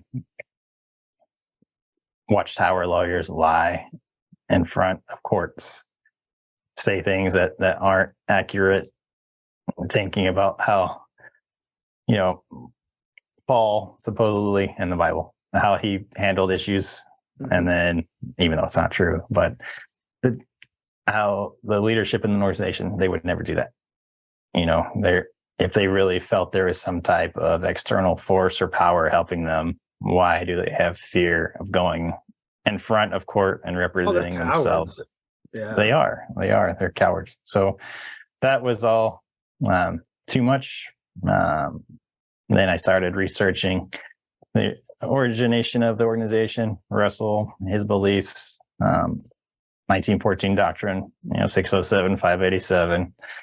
Rutherford, 1919, why would Jesus choose an organization that at the same time is proclaiming the end to come in 1925, that millions now living would never die. Just everything possible, just filling my mind with all these answers to questions that I've always had, answers to questions I never had. 1975, we had an elder in one of our old congregations. He was the dad of my friend. And I guess he was an elder up until 1975, and he stopped. He left the truth. But the word around him, he was a nice guy, but I never knew exactly. You ask, why did he leave? The same question, the same answer everyone gives you. Well, he had expectations that were incorrect. It's not until you research it later that you're like, no, he had expectations that were told, that were prophesied in the organization. So he was justified. He was actually correct in leaving. So many things led up to that. This was right before return to meetings. This was all within a few weeks of returning to meetings, was announced back in February or March of 2021. So as soon as they announced return to meetings that same night, I messaged the elder in our congregation through Zoom that, I wanted to be taken off the list and I wouldn't be attending any more meetings. And that was pretty much that. That was the end of my life as a witness. When you say that you wanted to be taken off the list, what list? Like, was this a disassociation, or was this I just don't want to be on like the list of people who are called to give talks on the theocratic ministry school, or exactly things like that? Okay. Yep. Yeah. So you're just telling them you're not going to participate. Yeah. I mean, one thing I forgot to mention was my oldest brother back in 2020 in December. Out of nowhere, I received an email that he disassociated himself. And that was my first experience of anyone that had disassociated themselves from the org. So even though growing up, my youngest brother was disfellowshipped a few times. My dad was as well. I would keep in contact. I wouldn't push someone out. I had a friend when I was 21 or 22. He was disfellowshipped and he committed suicide that night. So this was all about the same time that the blood issue came up, that my grandmother died because of not taking blood. A lot of things back to back to back. I'm surprised I even came back in after all this happened. But I always had a fear of, and I couldn't be responsible for shunning somebody, or for they might have the same outcome as my friend did, and I couldn't live with myself if that happened. So when my brother disassociated himself, dude, that was a crazy internal struggle, because it was completely different than a disfellowshipping. Mm-hmm. And my mind had always been warped to apostates and things of that nature. I wish I would have kept closer to him that first year. I did have email communication. I regret not being more for him. I mean, I really didn't know why he made that decision, but we're really close now. But I still, that's awesome. I feel bad that, I wasn't there more for him after he did disassociate himself. We don't live in the same state, so I don't know what else I really could have done. But I could have been more supportive. It just took and chances a little are time has he told you you weren't supportive enough or blamed you for anything? Or? No, not at all. No, he's never said that. I wish I would have been. But that was that. Yep, I told him to take me off to school. I didn't disassociate myself. My fear has always been, especially with my wife being very active, of not being able to talk to my kids in the future. In the event that they do progress, things have changed. Or even my mom, she's still in. She needs support as she gets older. She's not married to my dad anymore, and I just feel a stress to make sure that she has someone there that she can come to. I help her out a lot, and I don't want her. There's just a line. Of course, I mean, that responsibility really lies with her as to whether or not she has anybody. That's really up to her. And she does. She's come a long ways. I haven't really had a conversation with hardly anyone except her and my wife, a little bit with my kids the past year. Slow and methodical with my kids because, they're still at the age where a lot of progress has happened, but it's not there yet. But my mom, she did the mom thing, the letters, the really long 10-page letter that you get. And they were also many people quick. Never get those letters. So are we talking about a letter that is trying to get you to come back to Jehovah, so to speak? Yeah, that's just her style. She'll always do anything she can to what she feels is best for us, even though that's based on her understanding of things. Yeah, my dad, no. My dad, I sent a few months later an email, and his was just I don't know what to say, son. And that was his response, Is he still a witness? He is. Okay. I just know he had gotten inactive, and then he and your mom weren't together, so I didn't know if he was.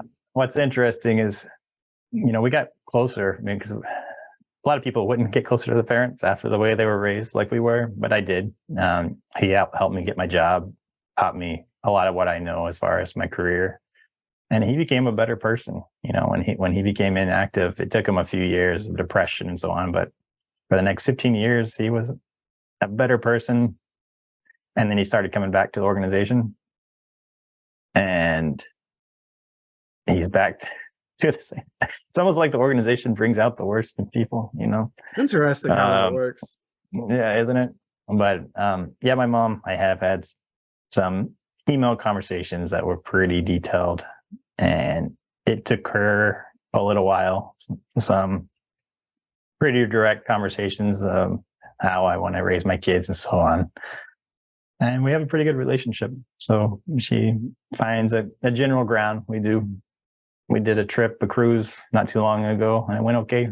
I asked as long as we keep, religion off of the table, and yeah, she did. So she respected that, which was nice. Hey, if people can respect boundaries, you could, which witnesses typically don't, but if you can find one that does, that can allow at times for some sort of a relationship to be maintained. And I'm glad that you're finding a way to do that if everybody's on board with it and the boundaries are respected. Her humanity is there. It comes in front of everything else. She had an abusive father, so her first experience was a piece of father that's in the world, or a mother that's a witness. There's one. And then I think she left for a few years when she was late teens and had problems outside, and came back, and now it's good again. So even though they don't really realize the problems inside, even though we can mention it to them and explain it, they'll never tie two and two together. Like I can explain a lot of things that happened to me younger as a kid and directly show that it was related to an organization. But the way, she'll see it is it's related to my dad, or related to stringent rules, or to mistakes she made, being too strict, or they will not cross that boundary of associating anything as being related to an organization, which that's unfortunate. That part is hard, but that's her mind. She can have her own thoughts and beliefs on that. Like you said, if we can find a boundary, that's kind of where we're at right now. And it's as good as it could be, I think. So today, what about your other two siblings? You keep contact with them at all? Your younger two? Because you said your oldest my one youngest brother. disassociated. And I'm really, first of all, shout out to him. Second of all, glad that you guys have a relationship of some sort. That's awesome. What about your other two brothers? Do you have any contact with them?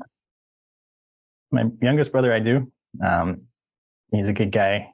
He was one that had issues throughout his years, and I always was there for him. So I don't know. There's probably a little internal pressure to not cut me off completely, because I never did that to him. But no, he's an awesome kid. He went through a lot of things that he was able to overcome.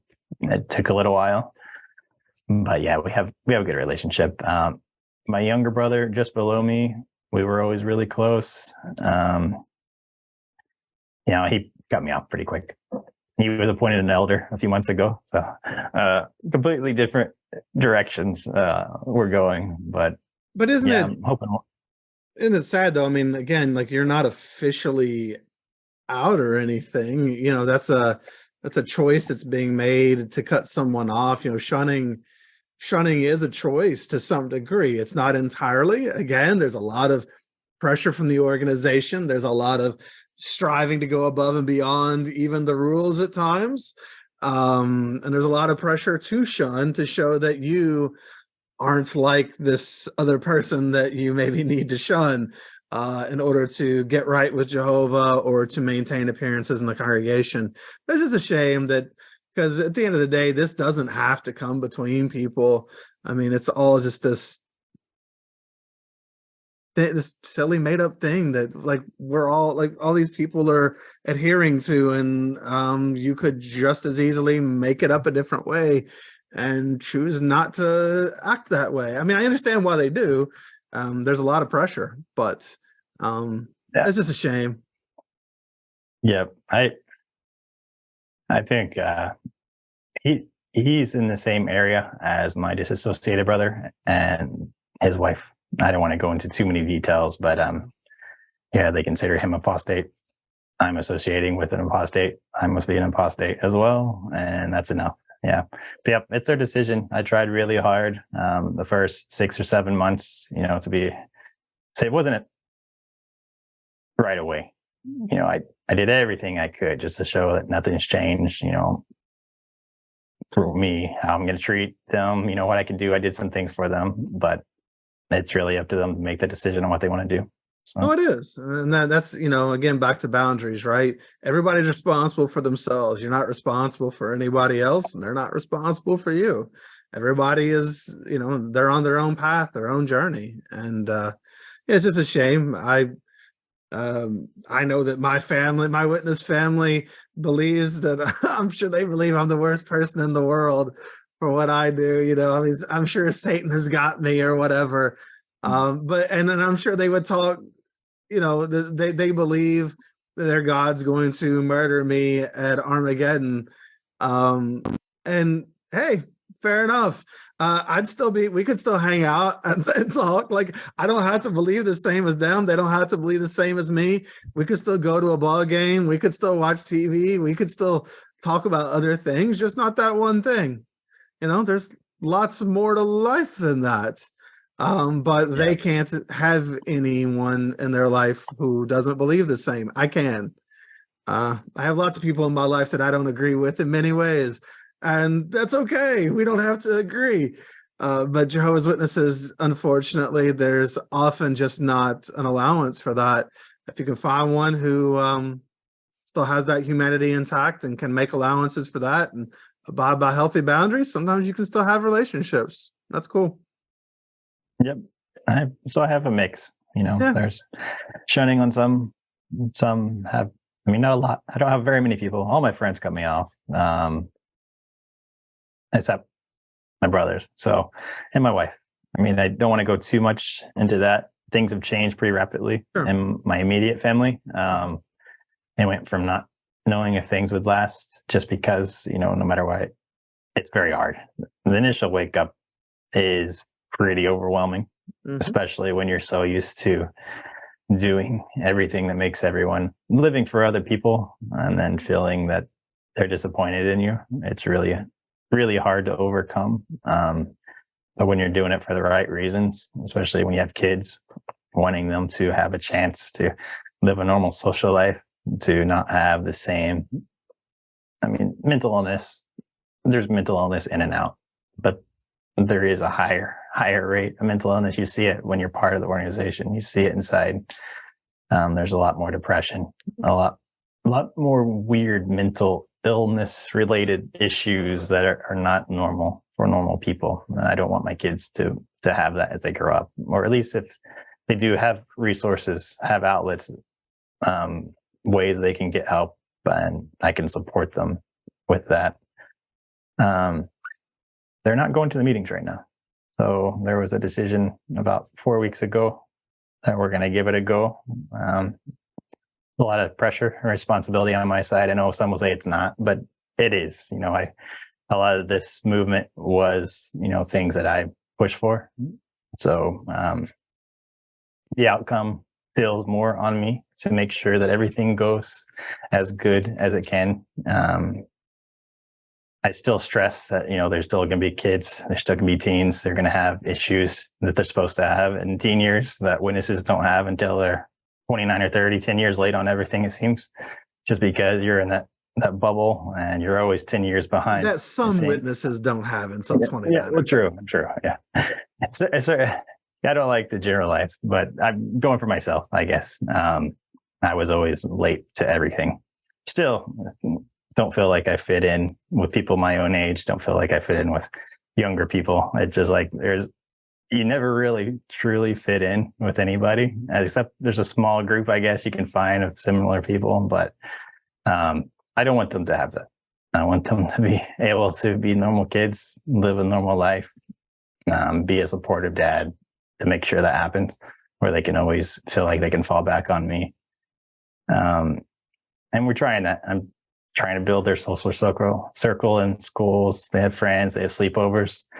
It took some conversations to get the okay on that, but we're doing that. We're making it happen. They're happy.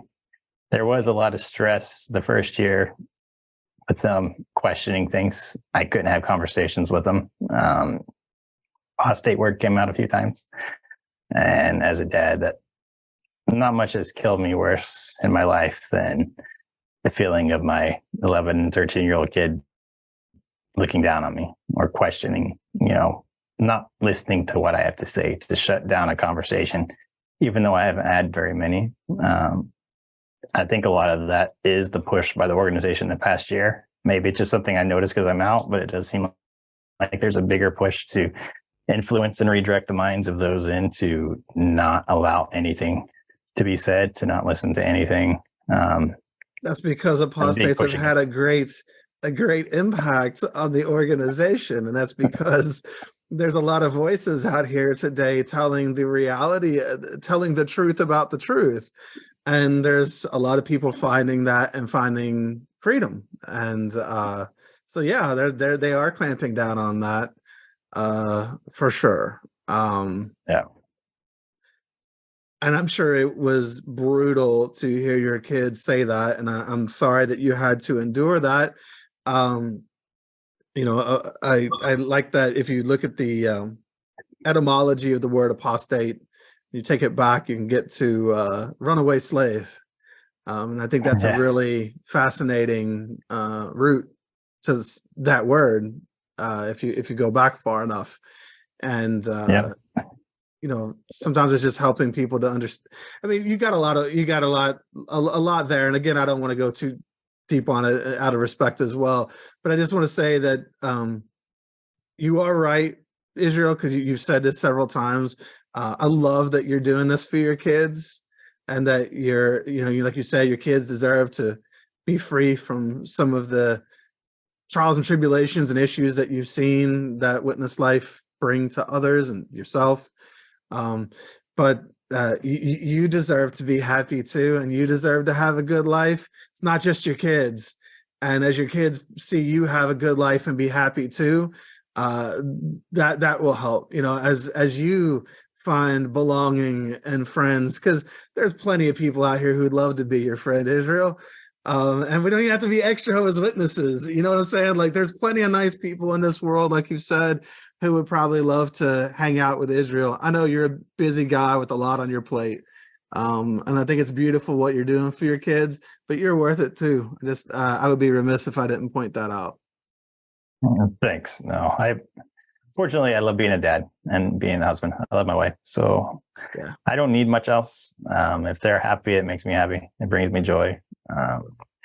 I don't know. Things have changed. I've always, everyone's situation is different.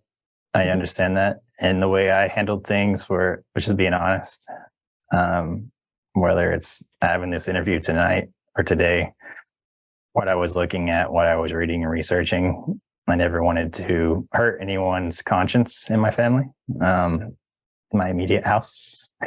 But I didn't want her to feel like I was hiding anything. I wanted to always to be a better person since that time than before. And so I think that's worked slowly. So we'll find out how things go. Things are moving in the right direction. The kids are happy. They are. I'm already seeing an improvement, even though it's only been probably 6 to 7 weeks without a meeting. I can already tell a difference. Some of the stressors and tics and things that were starting to happen have disappeared for them. Maybe it's stress in the family has simmered down. I'm sure that had an impact, but also the requirements on how they're supposed to treat people have changed. How they're supposed to treat their dad, has changed. So, yeah, we're happy. We're moving in the right direction. I think we got a long ways to go, but it never ends. We never quit growing up. We never quit raising our kids. And I just think, yeah, we're going the right way. I think it's safe to say you're a good dad and a good person. And I'm glad to have been able to have met you and that you've been able to share your story. I think it's awesome what you're trying to do, and takes a lot of courage. Love how honest you've been throughout the process. That's a beautiful thing. You're not hiding anything, and at the end of the day, all you can do is all you can do. We can't control the outcome all the time in life. All we can do is try to put our best forth and see where things go. And I think you're certainly putting some good things forth into life, into your kids, into your relationship, and hopefully into yourself as well.